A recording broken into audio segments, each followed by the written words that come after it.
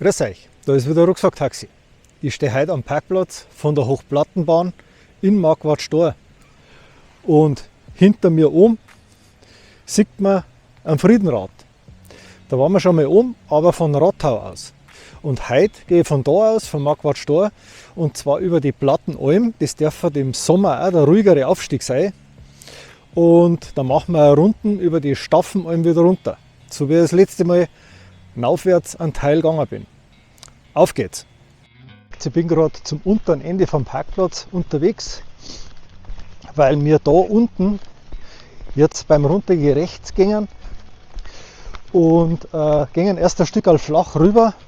Ich weiß nicht, vielleicht geht sogar zwischendurch einmal ein kleines Stück bergab. Da heißt es Richtung Piesenhausen und Hofkapelle. Und da gehen wir jetzt erst einmal rüber und dann nach so einer S-Kurven auf der Straße werden wir dann rechts reingehen in den Steig.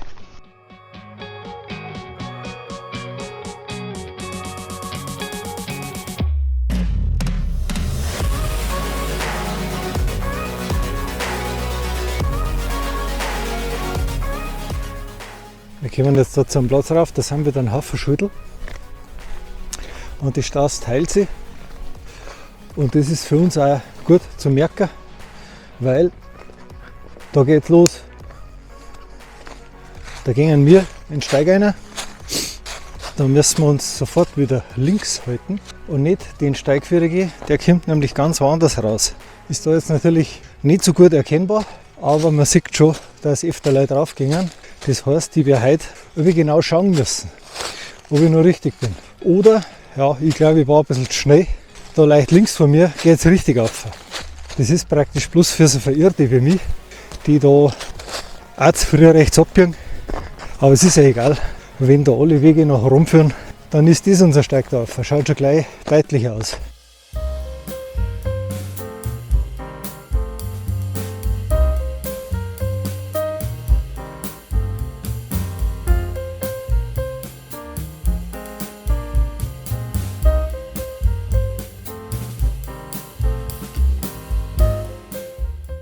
Jetzt wird schon ein bisschen zum Suchen. Man muss jetzt wirklich aufpassen, wo der Steig ist. Man sieht, da geht es ganz schön zu. Da liegt viel Zeug rum. Ich werde aber jetzt bald zu einem Steig, der von rechts rüberkommt. Das muss ungefähr da sein. Und wenn es zusammenkommen, werden es normal ein bisschen größer. Mal schauen. Im Moment sehe ich es nur ganz gut, weil da oben ist es wieder so wie so ein kleiner Hohlweg, da wo die zwei Bäume quer liegen davon.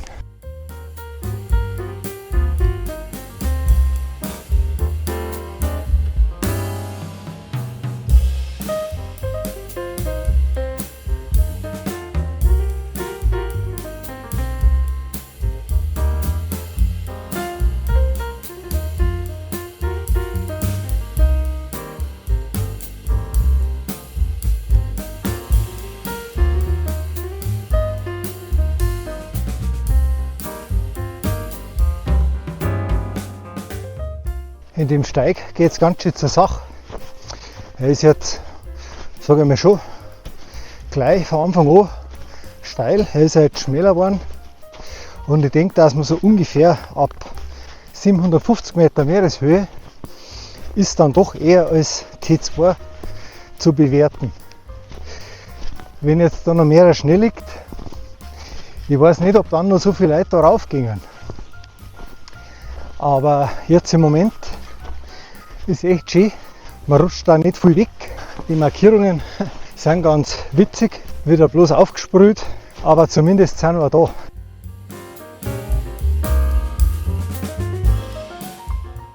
Wir sind so auf rund 900 Meter. Ich habe es ja bei der Planung so eingeschätzt, dass ab 1000 Meter Meereshöhe der Steig wieder ein bisschen einfacher wird. Das ist aber das, was man halt in der Karte nie ganz so genau sehen kann. Es ist jetzt bei 900 Meter schon das wilderne Stückel vorbei. Da war es deutlich abschüssiger und es waren auch schon ein paar gescheite Stufen drin. Und weil wir gerade hinter einem Baum stehen, blendet es nicht rein, dann können wir mal einen Blick rüberschmeißen auf die andere Seite von Marquardt-Stor.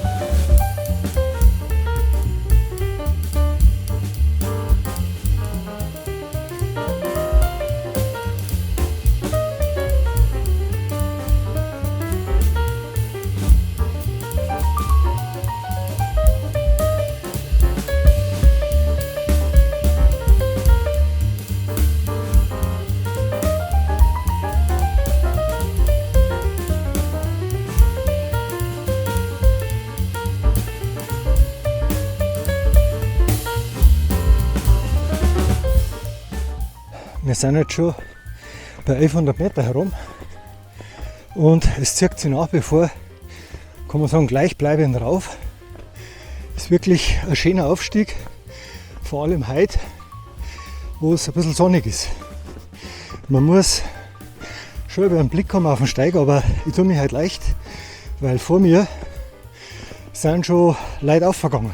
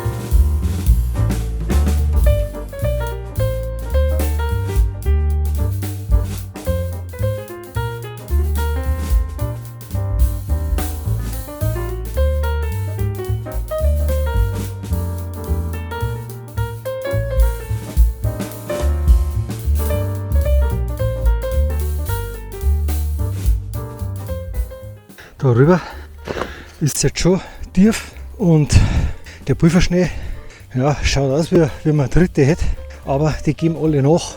Also es ist schon ganz schön anstrengend zum Gehen. Markierungen sieht man jetzt selber wieder an die Baum. Das geht ganz gut, aber wenn es frisch geschnitten hat, glaube ich, ist das eher was für Leute, die da schon öfter aufgegangen sind. Sonst darf man sich echt schwer.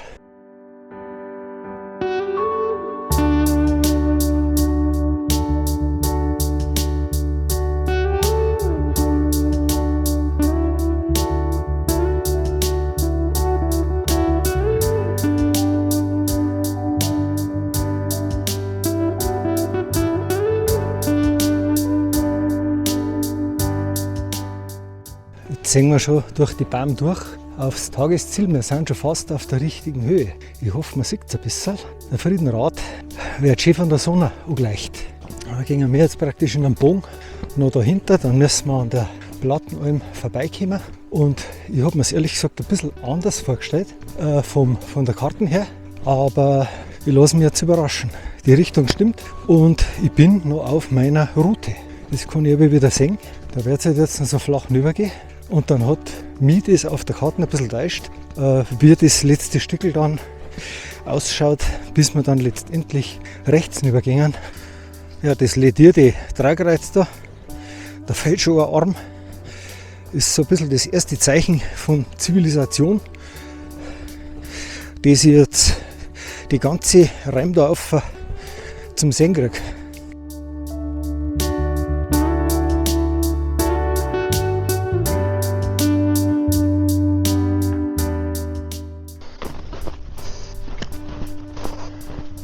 Da ist der Friedenrad drin. Und wie man sehen kann, haben wir jetzt endgültig an der Plattenalm. Und wie beschrieben, schaut es jetzt wieder aus. Geht da die Straße auf und da oben sehen wir auch schon zur Straße rüber, auf der wir rechts umgehen und dann eigentlich links in Steignei zum Friedenrad.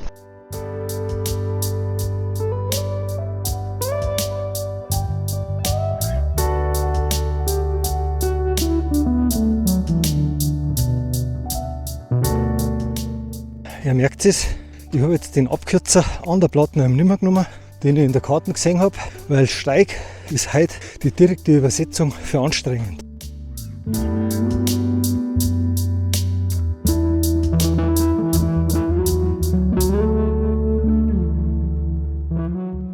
Ich habe ja bei der Planung schon vermutet, dass es da Abkürzung rüber gibt. Und jetzt habe ich die Spuren gesehen, die von der anderen Seite zu mir rüber geführt haben. Also nehme ich die Abkürzung, da komme ich wieder auf den Weg von der Piesenhausener Alm zum Friedenrad.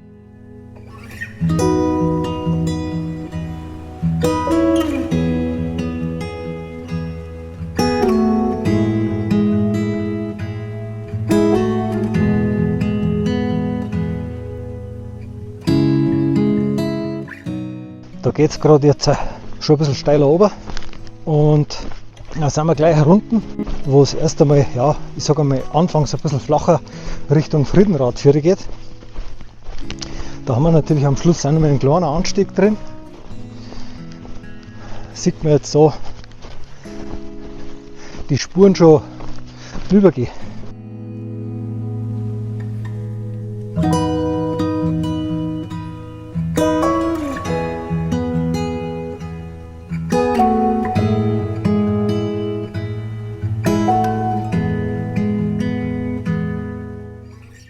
Da liegen jetzt ein paar Bäume im Weg, die können wir unten rund umgehen.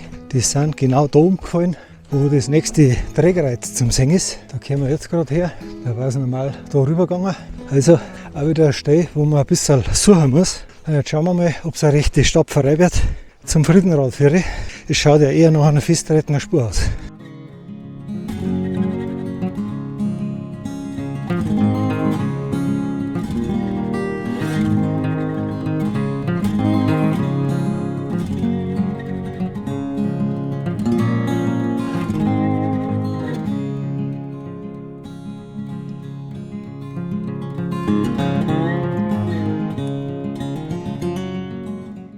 Wir kommen jetzt rauf und das ist er noch nicht. Aber das ist ein beliebter Sitzplatz und Aussichtspunkt, dass man bitte schon keiner fragt, warum.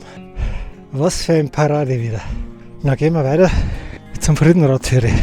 Noch ein bisschen runter, noch ein bisschen auf und dann sind wir da.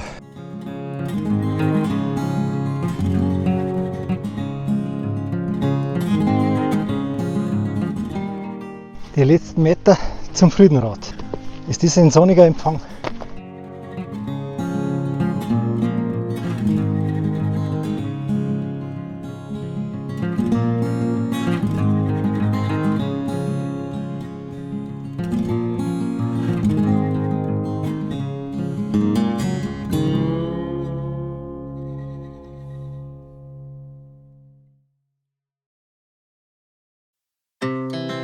Our hearts beat to the city streets.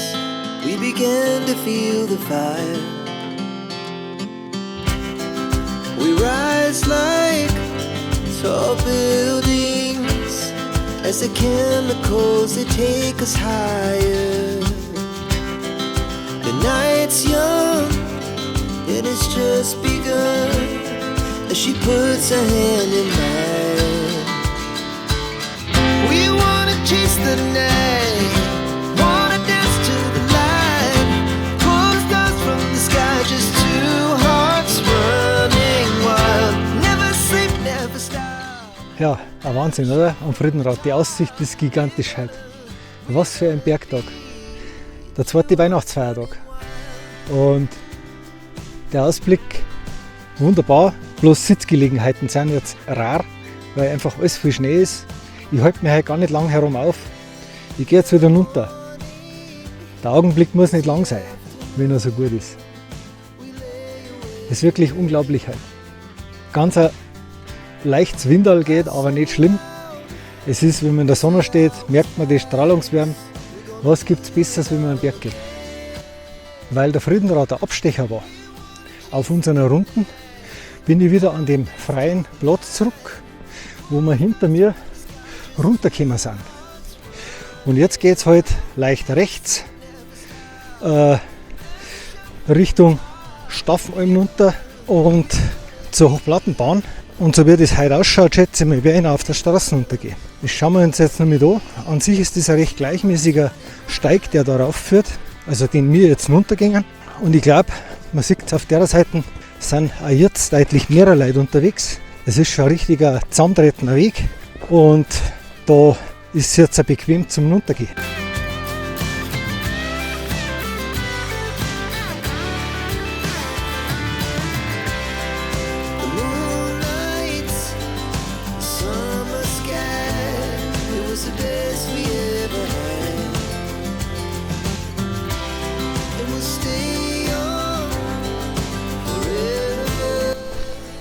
Wir sind gerade wieder herunten. Der Steig ist so relativ gleichmäßig runtergegangen. Es sind einmal zwei Bahnen quer gelegen, aber da hat man fast komplett aufrecht durchgehen können. Und jetzt gehe ich da schon auf der Straße letztendlich und wir kommen jetzt da vorne gleich zu ein paar Schüttel und da werden wir gleich rechts runtergehen über so einen Wiesenhang und da geht es dann Richtung Staffenalm runter und dann erklärt sich das fast von selbst. Ganz knapp hinter die Baum da rüber und man sieht es ein bisschen da vorne, so in dem leichten Buchenwaldstickel, da führt die Straße und dann in einer Serpentine kommen wir auf das gleiche raus. Darum gehe ich heute da runter und da haben wir natürlich auch beim Runtergehen jetzt noch eine richtig bärige Aussicht dabei.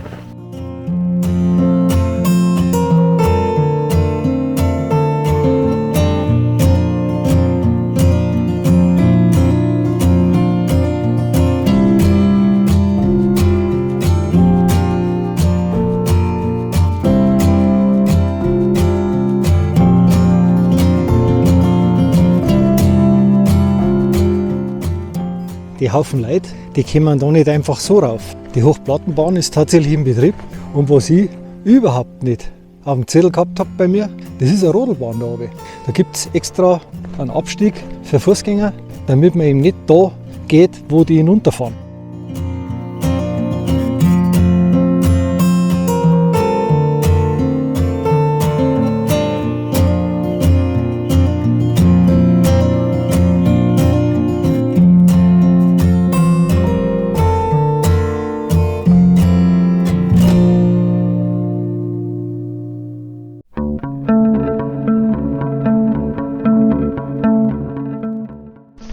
Ich habe jetzt entschieden, dass ich herunter die Straße runtergehe und nicht weiter links gibt es auch einen breiten Weg runter, aber an die steilen Stücke ist es so wachs, da braucht man auf jeden Fall die Grödel und da habe ich jetzt wegen dem Stück keine Lust mehr, dass ich die raus tue. Also gehe ich die kleine rein und naja, rentiert sich auch gerade. Da hat einer dieselbe Idee gehabt wie ich mit einem Weihnachtsgruß, aber der hat ein bisschen mehr Material dabei gehabt. Da geht es jetzt einfach nur auf den Parkplatz zurück und naja, ich glaube, wir müssen nicht viel dazu erzählen. Hat man ja sehen können. Ein Wahnsinnstag, besser kann es fast nicht laufen. Ich verabschiede mich wieder und sage danke fürs Zuschauen. Vergesst bitte nicht, den Kanal zu abonnieren und viel Spaß beim Nachwandern. Schaut euch einmal die Liste Touren von Rucksacttaxi an. Sie ist sortierbar, filterbar. Ihr könnt euch besser informieren als wir nur in einer Wander-App.